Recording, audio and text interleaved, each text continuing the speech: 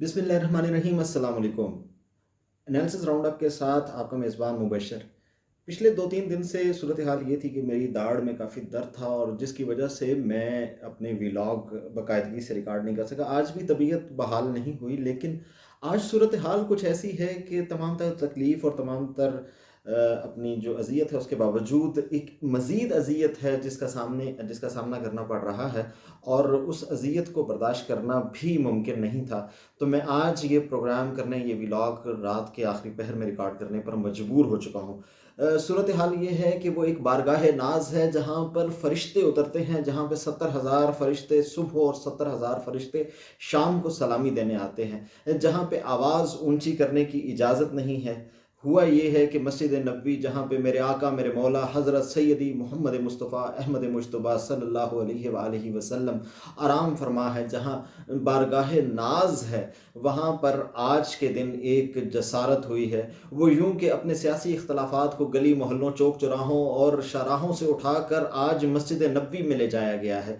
और उस जसारत जिसके मास्टरमाइंड मैं आज मेरी ज़ुबान में ये तीसरी बार कोशिश करके मैं ये रिकॉर्ड कर रहा हूँ, क्योंकि इससे पहले मैं अपने जज्बात पे काबू नहीं रख सका। मैं कोशिश में आज ये लिखा हुआ पढ़ने की कोशिश करूँगा, ताकि किसी जगह पे मैं अब मेरे जज्बात जो हैं वो एहतियात का दामन ना छोड़ दें।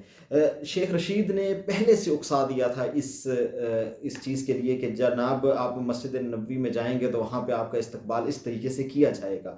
और उसके बाद जैसे ही ये हरकत हुई, वहाँ पे नारेबाजी हुई, ख़वातीन के लिए गलीज़ तरीन ज़बान इस्तेमाल हरम नबवी सल्लल्लाहु अलैहि वसल्लम में हुई। और उसके जैसे ही ये एक्ट होता गया है, उसके फ़ौरन बाद फवाद चौधरी और शीरी मज़ारी और पीटीआई के रहनुमाओं ने उसके दादो तहसीन के डोंगरे बसा दिए।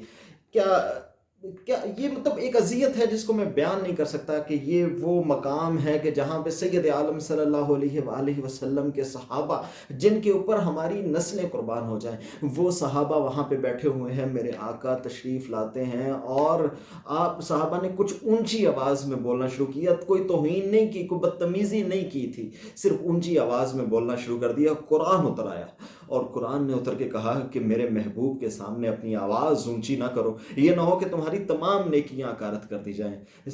और उसके बाद एक और वाक़या बयान करता हूँ। वहाँ पे कुफ़ार जो थे, जब मेरे नबी अलैहिस्सलातु वस्सलाम के सहाबी उनसे पूछते थे कि कुछ कहना होता था तो वो रायना कहते थे।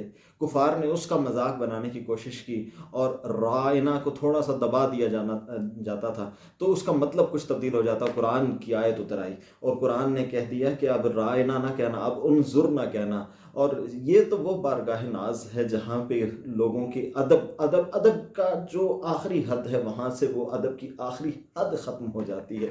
लेकिन यहाँ पे सियासी नारेबाजी, चोर चोर की आवाज़ें, उनके लिए जो कल तक आपके साथी थे तो चोर नहीं थे, लेकिन आज तमाम हदें पार कर दी गई, सिर्फ और सिर्फ ये कि एक एक सियासतदान को खुश करने के लिए, जिसकी अपनी चोरी के किस्से हर गली मोहल्ले में गूंज रहे हैं, जिसकी चोरी के किस्से जो है वो अमेरिका की अदालतों ने, जिसकी जिसकी जिनसी चोरियों के किस्से अमेरिका की अदालतों ने चिस्मा कर रखे हैं, जो आज अपनी औलाद की तो मुकम्मल तादाद बताने की जो सकत नहीं रखता, जो बता नहीं सकता, उसकी खातिर उस बारगाह नाज के अंदर गलीज़ नारेबाजी। मैं आज अपने जज्बात में, अपने एहसासात को आज सिर्फ और सिर्फ ये व्लॉग इसलिए है कि कल रोज़े मैशर अल्लाह रब्बुल इज़्ज़त के सामने खड़ा हो कि मैं कह सकूँगा कि या रब्बुल आलमीन, मैं गुनाहगार था, मैं स्याहकार था, लेकिन ये रिकॉर्ड पे रहे कि मैं उस कबीले का हिस्सा नहीं था जिसने तेरे महबूब की गली के अंदर नारेबाजी की थी, जो अपनी गलीज़ सियासत को उठा के तेरे महबूब की गली में लेकर चला गया था। मैं आज ये व्लॉग, ये बारगाह नाज है कैसी? मेरे अल्फाज जो हैं वो मेरे जज्बात का साथ नहीं दे रहे। हिंदा आती है सैयद आलम सल्लल्लाहु अलैहि वसल्लम के दरबार में, और वो हिंदा जिसने नबी पाक अलैहिस्सलातु वस्सलाम का चचा का कलेजा चबा रखा है, और सैयद आलम सल्लल्लाहु अलैहि वसल्लम उसको माफ़ फरमा देते हैं। वहशी जिसने नेज़ा मार के सैयदना हमज़ा को शहीद किया था, उसको सहाबियत का दर्जा मिल जाता है। और اور بات بات یہاں پہ اس بارگاہ ناز میں آپ اپنے سکور سیٹل کر رہے ہیں. ارے یہاں پہ تو گنہگار اور مجرموں کو قرآن کہتا ہے کہ مجرموں کو یہاں پر پناہیں مل جاتی ہیں. تم اپنی جانوں پہ ظلم کر بیٹھو تو اس بارگاہ ناز میں آ جاؤ, اس درگاہ پہ آ جاؤ, اور اس کے بعد تمہارے سب معاملات ہم ریزالو کر دیں گے تمہارے ساتھ. کوئی اور تم رب سے تم بڑے محتسب بن بیٹھے ہو کہ اس کی گلی میں گئے ہوئے لوگوں کا تم احتساب کرنا چاہتے ہو. ارے تم دلیر ہو, ادھر آ کے ان کو گولیاں مار دو. تم بہت دلیر ہو تو اس جگہ پہ آ کے ان لوگوں کی بوٹیاں نوچ ڈالو. تم بہت دلیر ہو نا, تو یہ پولیس والوں کے حصار توڑ دو پاکستان کے اندر. لیکن مسجد نبوی صلی اللہ علیہ وآلہ وسلم کا کا احترام, اس کے اوپر تم آواز اٹھاؤ گے, وہاں پہ تم اپنی آوازیں اونچی کرو گے, وہاں پہ گندے اور غلیظ نعرے لگاؤ گے, یہ برداشت نہیں ہو سکتا.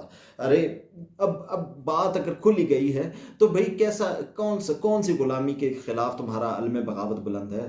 وہ فرانس کے بارے میں تمہارا اپنا لیڈر کہہ چکا ہے کہ فرانس کے ساتھ ہم تعلقات اس لیے نہیں توڑ سکتے کہ ہم پھر تجارت کس سے کریں گے.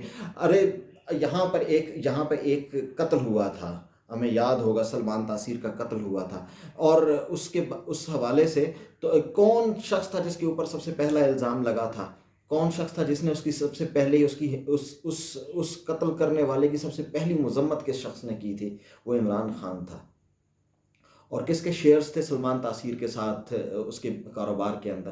میں ان چیزوں میں نہیں جانا چاہتا تھا. اس کے باوجود بھی وہ غلط تھا, درست تھا, لیکن اس سب کے باوجود کبھی لوگوں نے یہ ریڈ لائن عبور نہیں کی تھی جو آج تم لوگوں نے ریڈ لائن عبور کر دی ہے کہ مسجد نبوی کا احترام ختم کر دیا گیا. ایک تنظیم کے 40 افراد قتل کر دیے تھے, ایک تنظیم کے 40 افراد قتل کر دیے تھے, لیکن اس تنظیم نے بھی یہ حرکت نہیں کی کہ وہ کسی ایسے کمزور لمحے کے اندر مسجد نبوی میں عمران خان کے خلاف نعرے بازی کرتی.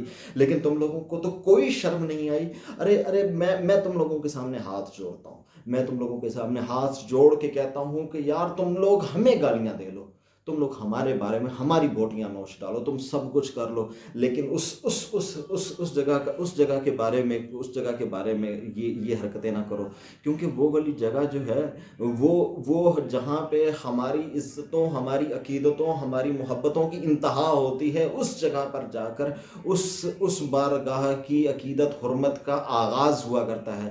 یہ وہ بارگاہ ہے جہاں پر بلال حبشی رضی اللہ تعالیٰ عنہ اذانیں دیا کرتے تھے. ارے یہ تو وہ گوشہ ہے کہ جہاں پہ کبھی صدیق اکبر یہاں پہ امامت کروایا کرتے تھے. ارے یہاں پہ تو محفلیں سجا کرتی تھی, یہاں پہ دلوں کو توڑا نہیں جاتا تھا, یہاں پہ دلوں کو جوڑا جاتا تھا. تم لوگوں نے کیا حرکت کر دی ہے؟ ارے اب مجھے تو آج سوال پوچھنا ہے. میں کبھی بھی مذہبی لوگوں کے حوالے سے سوال نہیں پوچھا کرتا تھا, لیکن آج مجھے سوال پوچھنا ہے عمران خان کے پہلو میں بیٹھ کے, آج جو رو کے دعائیں مانگ رہا ہے اس دائی سے بھی پوچھنا ہے. ارے بھائی تمہاری آنسوؤں کو ہم نے بہت دیکھ لیا. اب آج وہ موقع ہے کہ جب نبی رحمت صلی اللہ علیہ وآلہ وسلم کی جو آرام گاہ ہے, اس جگہ کے اوپر بھی سیاسی نعرے لگ چکے ہیں. وہاں پہ اس کو روکا ہے تم نے, اس کو ٹوکا ہے تم نے. بس اتنا ہی میں کچھ کہنا چاہوں گا کہ حضرت جامی کے الفاظ میں مستعار لوں گا کہ ذکردہ خیش حیرانم سیاہ شد روزی سیانم پشیمانم پشیما یا رسول اللہ.